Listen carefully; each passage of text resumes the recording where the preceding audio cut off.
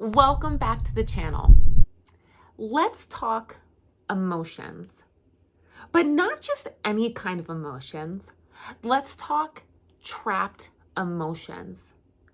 Did you know that emotions can get trapped and actually create physical, mental, emotional issues for the long haul of your life? If they're not released and they stay stuck, you can come up with a whole slew of issues that leaves you scratching your head wondering, why do I react this way?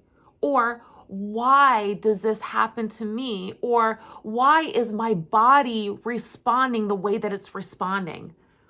It could be because you have some trapped emotions that need to be cleared or that need to be released in some way. Today, I'm going to talk specifically about what trapped emotions are, just a little bit. We're going to touch on that. And also what you can do to release some trapped emotions and get the process rolling. So first of all, trapped emotions, what are they? It sounds so out there, doesn't it? If you have no clue that emotions can get trapped, I'm here to tell you they can. And here is the process. Now, how trapped emotions actually become trapped is not quite fully and completely understood.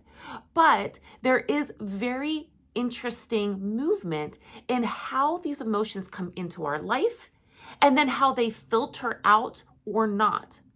So the first step is as an emotion comes in, we feel that emotional vibration. We feel that our body, our senses, our brain computes what that is. We perceive it in a certain way. And then we feel what that emotion is. That emotion comes into that next phase where the thoughts and the physical sensations start to come up, and all of these things flood our brain and our senses and our body with the response of that emotion. The third step in the typical cycle of emotion feeling is it comes in, we feel it, and then it moves on and it gets released out. It's let go, it releases out, we shake it off in some way. But the reality is not all emotions actually get released.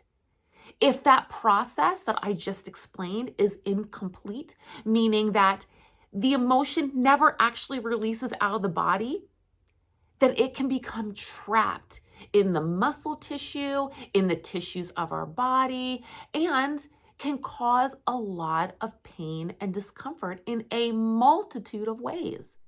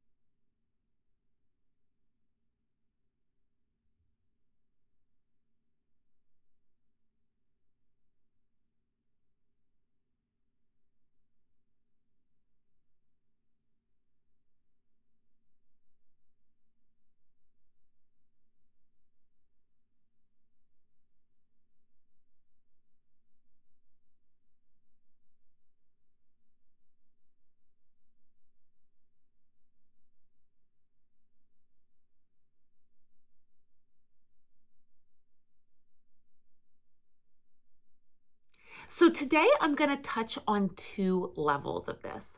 Number one, of how do you actually release the trapped emotions? And then number two, how do you not allow it to come in and get trapped in the first place? So let's start with number one. How do you actually go and release these emotions in the first place? There are many things that you can do, but the key thing is you need to face your emotions.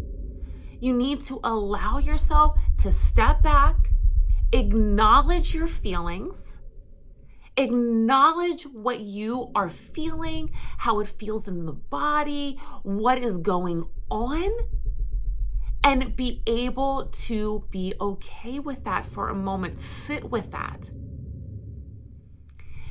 Also, it's really important to keep working through the trauma.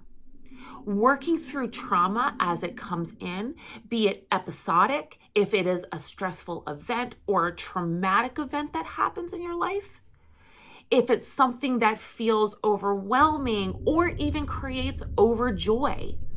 Those are times that are big indicators for you of allowing yourself to deal with the trauma that feels very overwhelming.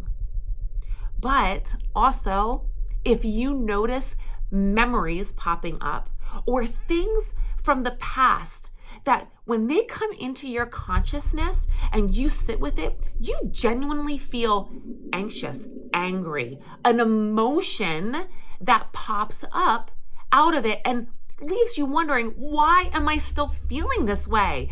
This isn't something I've even been paying attention to for 1, 2, 5, 10, 20 years. Why is it still affecting me? So understanding the memories and the emotions attached to those memories is going to help you to release that out. And when you feel that, now it's time to work through the potential trauma and the reason of why that might got stuck in the first place. Part of how you can do this is shadow work. Doing a little bit of shadow work, exploring that darker side of your personality and the darker side of your behaviors and your concerns and your stories. Diving into those pieces and allowing yourself to work through them, releasing it out, doing some brain rewiring work, some mindset shifting around the shadow work that you are doing to release and pull away those emotions and physically get them out of the body. Shadow work is super powerful. That's why I love journaling and helping to sit and talk about it with some trusted friends or even a therapist or someone who I feel that I can work my shadows through with if I feel like I get stuck in my journaling process or in my own work by myself. Because sometimes we can't see out of the weeds. Sometimes we need to be able to have people reflect back to us and be able to show us, hey, look at that. Isn't that an interesting pattern? Hey, look at that. Have you ever thought about XYZ, right? So using other people, journals, yourself to be able to work through the shadows is going to be really powerful.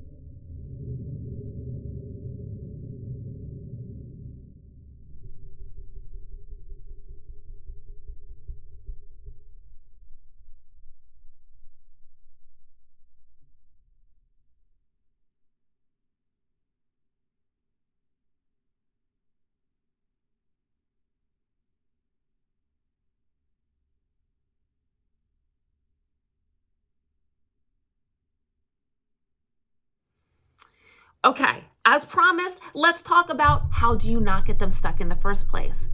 Now, I'm going to be honest, a lot of the stuff that I just talked about also helps you to not get them stuck. When you work on your shadows, when you work on the traumas that you've had in your life, when you acknowledge your feelings, when you make those intentional movements in any kind of specific trauma or stressful situation, you're going to automatically allow the body to start processing and releasing things. So that's not just reserved for getting out the emotions that may be trapped. It helps too in the immediate and in the moment.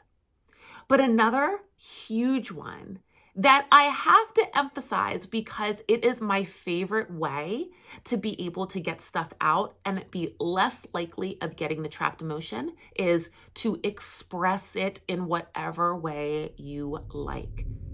That could mean screaming at the top of your lungs until your face feels blue and you feel like your throat is sore. It doesn't matter how long it is or how much you need to get out. That is all individual. But just screaming and letting it out. Maybe you are more of a physical person that you need to get out that aggression. So maybe punching pillows or something that is not going to harm yourself or anybody else, but punching a pillow and getting out that physical aggression to help release out that emotion. Now, if all of that feels a little bit too angry and too over the top for you, it could also look like dancing and jumping around and getting some of that heavy emotion out. It could also mean just simply sitting and crying and letting the tears flow, letting the emotion flow.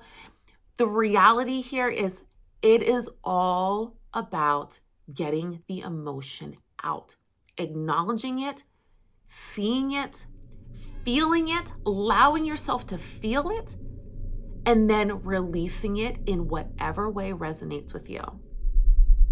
And I'll tell you what, I have punched many pillows in my life, and I have annihilated many pieces of fruit over the years in my attempt to just get out emotion that felt so heavy and so trapped and so overwhelming.